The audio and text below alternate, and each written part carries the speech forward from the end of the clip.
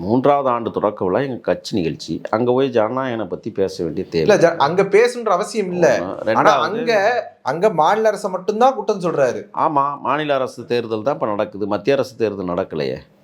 அப்போ மாநில அரசில் போட்டி போடுகிற யார் அந்த மாநிலத்தை ஆண்டு மாநில அரசை எதிர்க்கிற அளவுக்கு ஏன் மத்திய அரசு எதிர்க்க மாட்டேங்கிறாரு? மத்திய அரசு இப்போ எதிர்த்துக்கிட்டு தான் இருக்கிறோம். இப்போ எதிர்க்க வேண்டிய அவசியம் எங்களுக்கு அதில் இல்லை.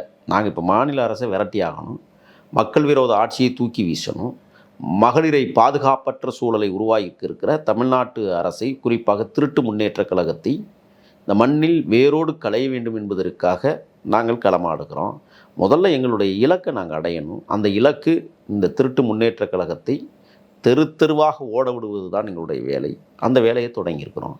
மத்திய அரசை பார்த்துக்குவோம். 2000 அந்த காலகட்டங்களில் 8களில் 2028 நாங்கள் என்ன செய்ய போகிறோங்கிறத அப்போ கேளுங்க. அப்போ இருக்குது வேடிக்கை.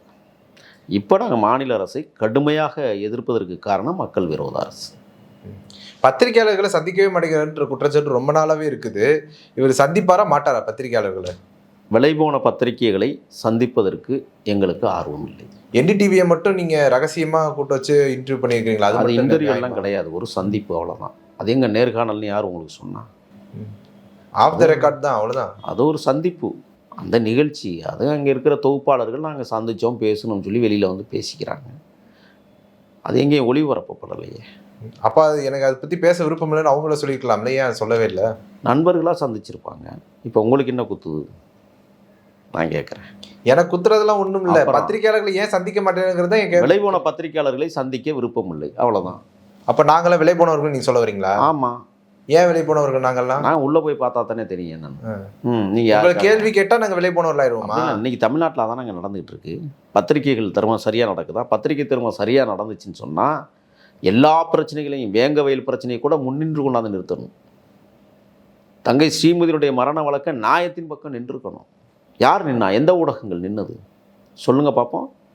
ஆதிக்கவாதிகளுக்கு ஆதரவாகவே அல்லது அதிகார வர்க்கத்திற்கு ஆதரவாகவே இந்த ஊடகங்கள் லட்சக்கணக்கில் பணங்களை வாங்கி கொண்டு இது போன்ற வேலைகளை தொடர்ந்து செய்கிறார்கள். அநீதிகளுக்கு எதிராக போராடாமல் அநீதிகளுக்கு ஆதரவாக களத்தில் நிற்கிறார்கள். அந்த மாதிரி பத்திரிகைகள் எல்லாத்தையும் நான் குறை சொல்லிட முடியாது. இன்றைக்கி இருக்கிற ஊடகங்களில் 100க்கு 90 விழுக்காடு பேரம் பேசப்பட்ட ஊடகங்களாக இருக்கிறது, பேரம் வாங்குகிற ஊடகங்களாக இருக்கிறது. அப்படிங்கும்போது அந்த ஊடகங்களை சந்திக்க வேண்டிய அவசியமோ தேவையோ எங்களுக்கு இல்லையே.